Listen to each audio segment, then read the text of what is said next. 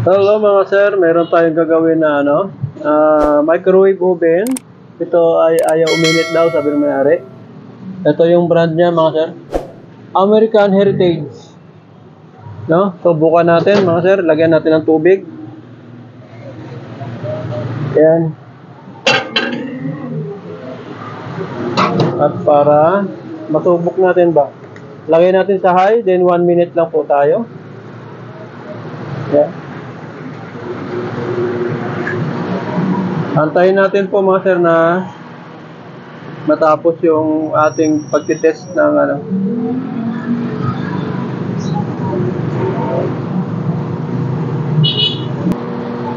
Ayan, nangangalahati na po tayo sa ating timer.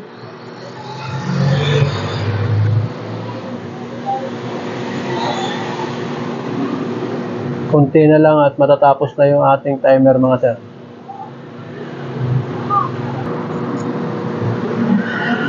Ayan.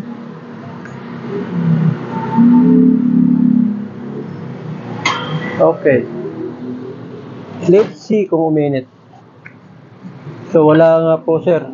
Hindi nga uminit ito. So kailangan natin buksan.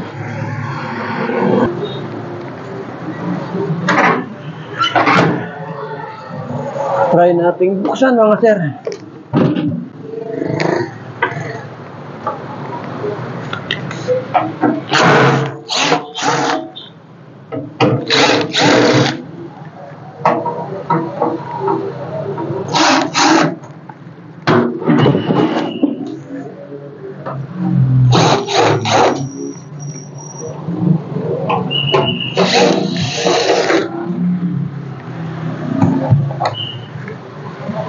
So malimit po kasi sa nare-repair nating mga microwave kapag ayaw uminit ay magnetron or fuse ang ating napapalitan.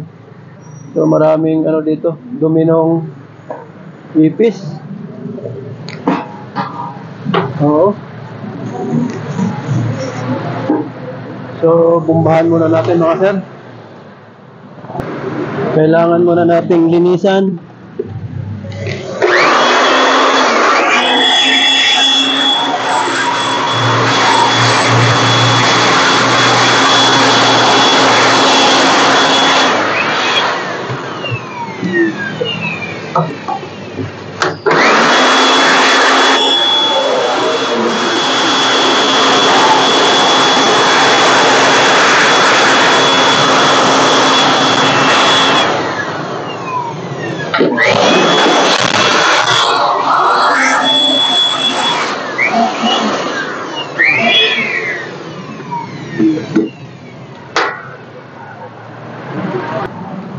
Okay.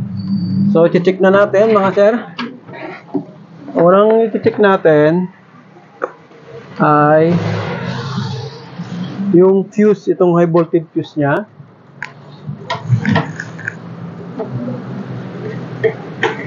So, dito siya nakakonekta. Magbabuzzer na lang tayo para marinig nyo po, no? Kasi kulang na sa battery itong ating tester. So, dito tayo.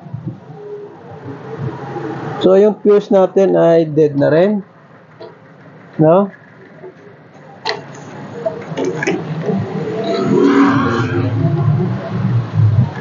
Sunod nating titingnan ay itong magnetron. Kasi yung dalawang yan, madalas natin nakukuhang sira.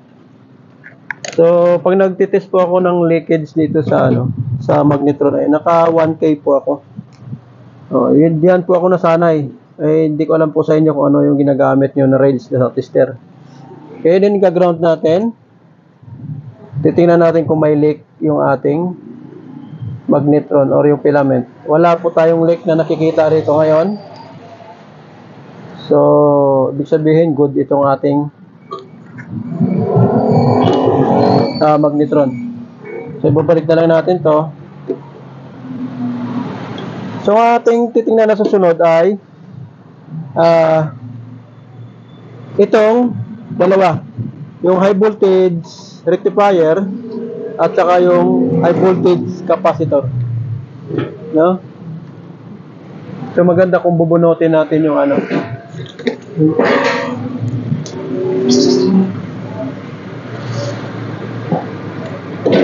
Yan. Paalala po sir sa mga bago, i-discharge nyo po yung capacitor ho kasi na-plug natin kanina. So may mga storage pa paminsan-minsan yan. So i-discharge nyo po para hindi kayo magulat o hindi kayo ma-ground. So check natin. Naka 1K pa rin ako mga sir ha. Ayun, patay tayo dyan. May ano na. Shorted na po yung ating capacitor. Babuzzer test natin mga sir. Shorted na po yung ating high voltage capacitor mga sir.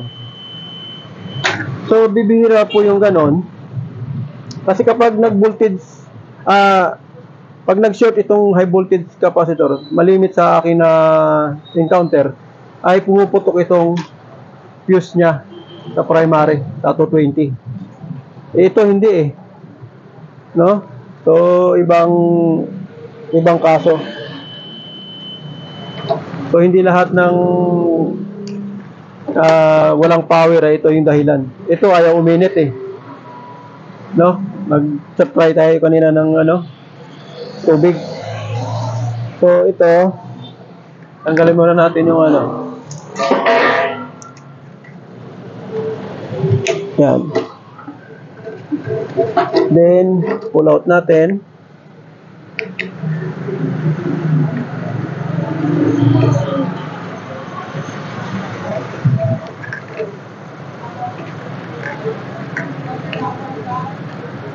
Yan po. So, pag ganito yung holder ng ating fuse, mas madali po siyang palitan. So, wala talaga, sir. Yan o.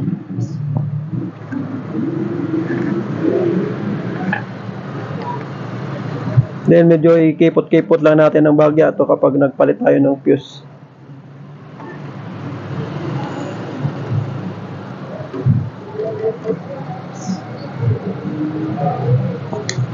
Yan. Okay.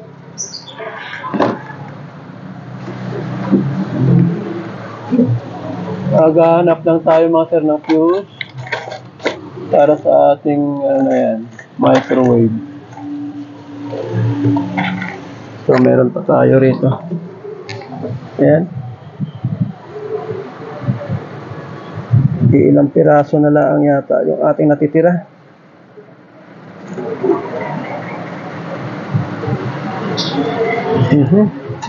So dagdag tayo ng tupi. Hindi ikipot-kipot pa natin ng bagya. Okay. Okay. Then babalik natin ng pagganito. Yan. Okay. So mamaya na yan. Tanggalin muna natin yung yung capacitor natin mga sir.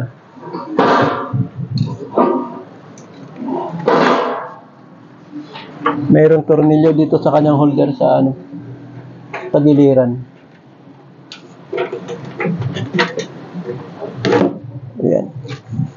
Dinugutin din pala natin yung ating high voltage rectifier. Ayan. Okay. Pati ito.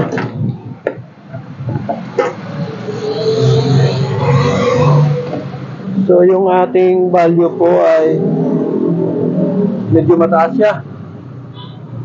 1.0 microfarad. Ayan po yung kanyang So 2,100 volts AC. So 1.0 microfarad ang kailangan natin. Maghahanap muna tayo mga sir. So ito, meron tayo nakita na pamalit 0.92, no? Yung original po niya ay 1.0 microfarad. So arena ito, no? Dahil kung titest natin mga sir, yan ay 1 UF.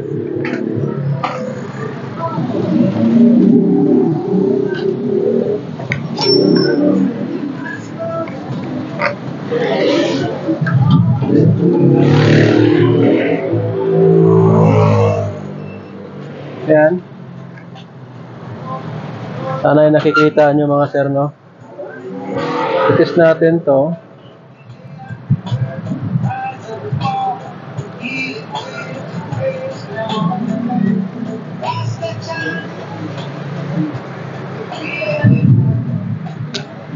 Yoy. Ayaw. Ayan. So, meron tayong 1.001 microfarad. So, ari po ito. Pasok pa siya kanyang requirement na 1 microfarad.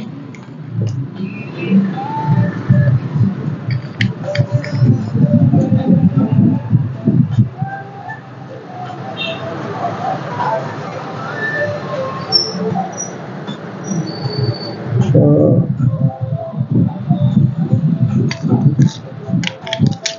ay.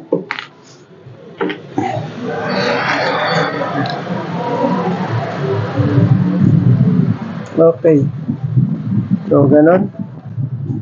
Then, kabit natin.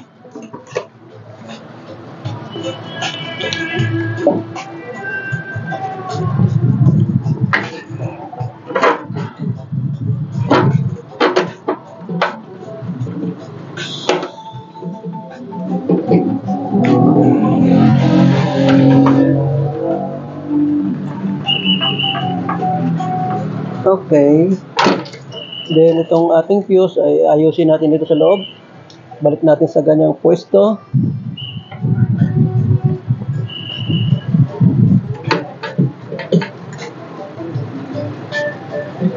Yan. Yan. May holder po dito yung ating fuse mga sir. Then, itong ating linya ng ating magnetron.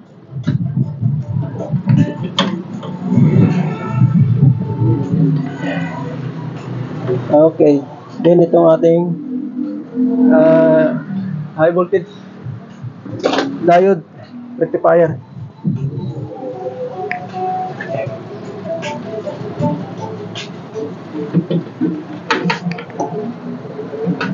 Okay. Ipitin natin ng long nose para maisiksik natin maigi.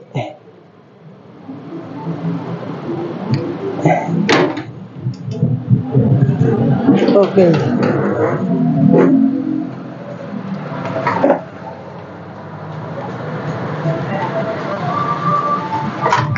Ipitan na natin ito ng maigi. Para hindi mag-loose. Then, try natin mga sir. So, yan. Nai-mount na natin yung ating pinalit na kapasitor. Maglalagay tayo ng tubig. So, maglalagay tayo ng tubig mga sir. Harap na natin dito. Okay.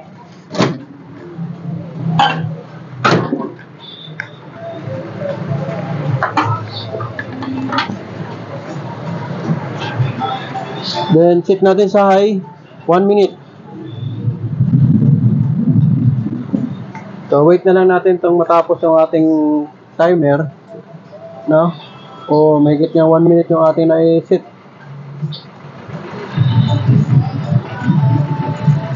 Nasa, ano na? Nasa 1.5 na kanina yun. So, yun, umiikot-ikot na rin yung ating, baso sa loob.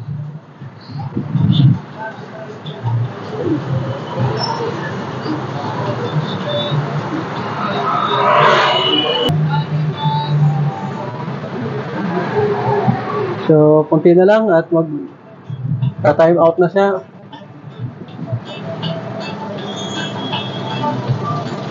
So, try natin.